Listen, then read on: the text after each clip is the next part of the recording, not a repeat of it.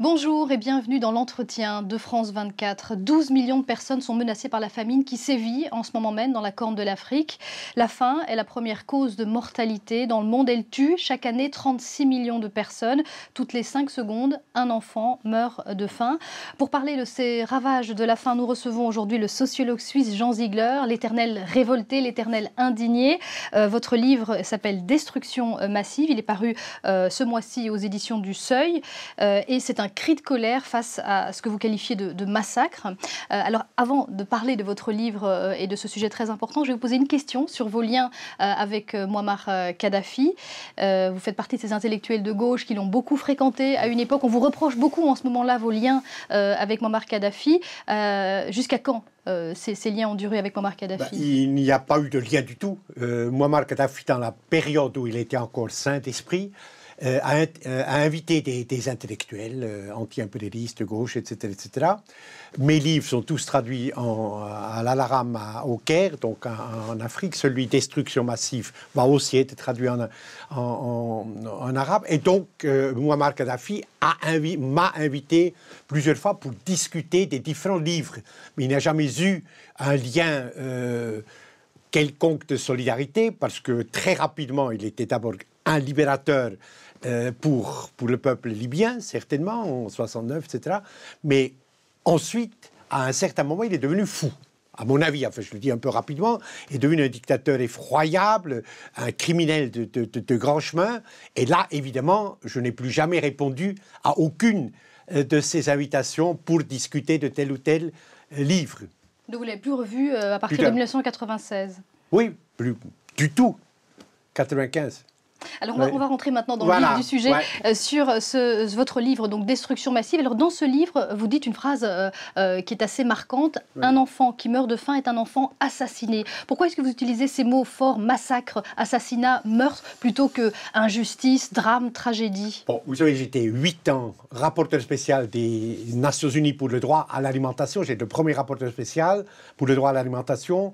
Je suis maintenant vice-président du Conseil consultatif du Conseil des droits de l'homme des Nations Unies, et je vois ce meurtre de masse, je l'ai vu sur le terrain, je vois les réactions aujourd'hui des maîtres du monde, leur indifférence, leur indolence, et ce livre-là, à la fois c'est un livre d'espoir qui montre le combat des paysans, notamment d'Afrique et ailleurs, pour leur terre, pour leur survie, mais aussi montre la dimension de ce scandale que vous avez évoqué. Vous savez, tous les 5 secondes d'un enfant en dessous de 10 ans meurt de faim, 37 000 personnes meurent de faim par jour, près d'1 milliard de personnes sur les 7 que nous sommes sont en permanence gravement sous-alimentées, et ceci, c'est les chiffres que donne la FAO, et le même World Food Report de la FAO dit que l'agriculture mondiale, dans le développement actuel de ses forces de production, pourrait nourrir normalement, 2200 calories individuelles par jour, normalement 12 milliards d'êtres humains.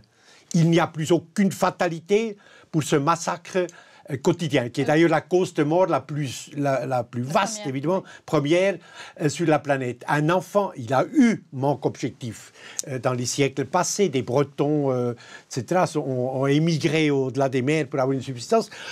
Au début de ce millénaire-là, il n'y a plus aucune fatalité. Un enfant qui meurt de faim est assassiné. Donc s'il est assassiné par qui? Alors qui sont les meurtriers? Bon, alors, la mort par faim, et je l'ai vu malheureusement beaucoup de fois durant ces 8 ans où j'étais en Mongolie, en Bangladesh, au Guatemala, etc., et en Afrique.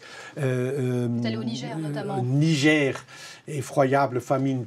Par 3 fois, je l'ai vu, alors que le gouvernement niait l'évidence. En fait, Tanja, c'était effroyable. Et là, j'ai demandé à Kofi Annan d'y aller. Alors, quand le secrétaire général se déplace, c'est la CNN, la BBC qui se déplace. Donc, finalement, le pont aérien s'est fait. Les causes sont multiples de la faim. L'agonie est univoque. Tout enfant meurt de la même façon au Bangladesh ou au Honduras ou sur l'altiplano péruvien. Mais les causes sont multiples. Alors, je vais rapidement répondre à votre question. Vous me dites qui sont les maîtres de cet ordre cannibale du monde, hein. Il y a la tyrannie des oligarchies, de l'oligarchie du capital financier globalisé qui détient le pouvoir du monde, qui a des organisations mercenaires comme le FMI, comme l'Organisation mondiale du commerce, comme la Banque mondiale. Alors, il y a 5, et je suis vraiment très schématique. Il y a d'abord la spéculation, qui est meurtrière, sur les aliments de base, qui ont explosé sous le coup de la spéculation maintenant, boursière. On a vu les émeutes de la faim en 2008, voilà, à la par exemple, montée des c'est prix. ça, vous avez tout à fait raison. 93% en 18 mois pour le maïs qui a explosé. Le riz, la tonne de riz est à 1100 dollars aujourd'hui. Elle était à 110 dollars il y a 18 mois. Et la tonne de blé coûte maintenant, de blé meunier, 271 €. Elle était à 110 € en septembre de l'année passée. Donc les spéculateurs boursiers, les grands hedge funds qui ont migré le banditisme bancaire a détruit les marchés financiers, donc les hedge funds ont migré sur les marchés de l'alimentation, des matières premières alimentaires, agricoles, etc. Il faut exploser les prix et tuer les gens. Vous avez parlé tout à l'heure des 12,4 millions de personnes qui sont au bord de l'effondrement, de l'anéantissement. Aujourd'hui, nous parlons dans les 5 pays de la Corne de l'Afrique. Eh bien, le programme alimentaire mondial, qui est chargé par les Nations Unies de l'aide d'urgence dans les 17 camps, n'a simplement plus assez d'argent pour payer ces aliments tellement élevés et donc refuse des centaines et des centaines de familles qui vont vers une mort certaine. Ensuite, il y a le dumping agricole. Les subventions qui sont données par notamment l'Union européenne. Vous avez raison, les subventions à l'exportation, 349 milliards de dollars ont été payés l'année dernière par les pays industrialisés à leurs paysans au titre de subventions à l'exportation, à la production et à l'exportation. Mais ces pays expliquent que sinon les paysans mourraient devraient quitter leur travail dans leur marché africain. Vous pouvez acheter aujourd'hui des fruits et légumes, poulets grecs, européens, enfin français, allemands, à moitié ou au tiers du prix, ça dépend de la saison, du produit africain équivalent. Et quelques kilomètres plus loin, vous avez le paysan wolof avec sa femme, avec ses enfants, 10 heures sous ce soleil brûlant, qui s'épuise au travail et qui n'a pas la moindre chance d'arriver à un minimum vital. Ensuite, mais s'il n'y avait pas ces subventions, juste une chose, les agriculteurs, que ce soit européens ou américains, auraient beaucoup de mal à survivre. Pas du tout. Enfin, excusez-moi, je vous contredis un peu vivement. Non, il s'agit des exportations, des subsides à l'exportation. Qu'il faut des subsides à la production. Moi, je viens de Suisse.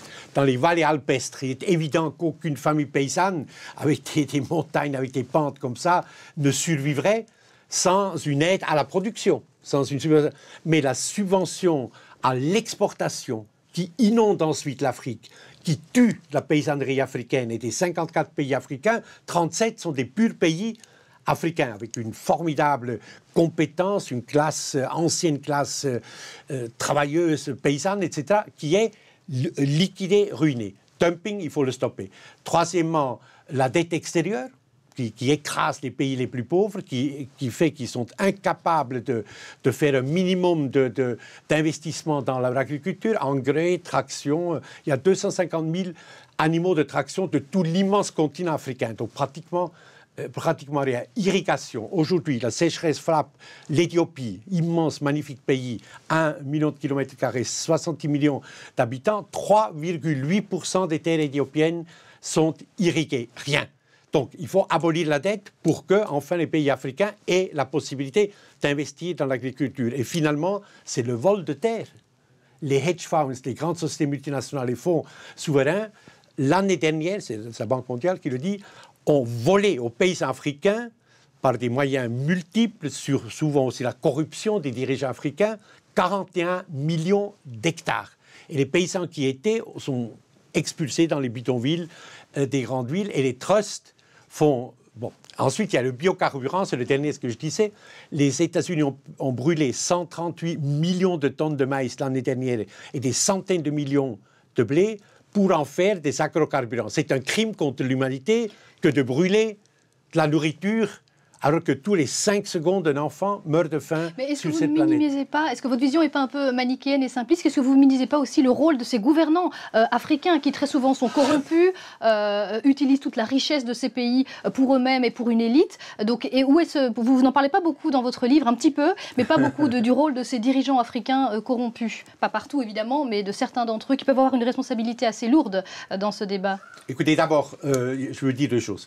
Che Guevara a dit qu'il faut battre ses ennemis les uns après les autres. L'ennemi principal, secondaire, de troisième ordre, etc.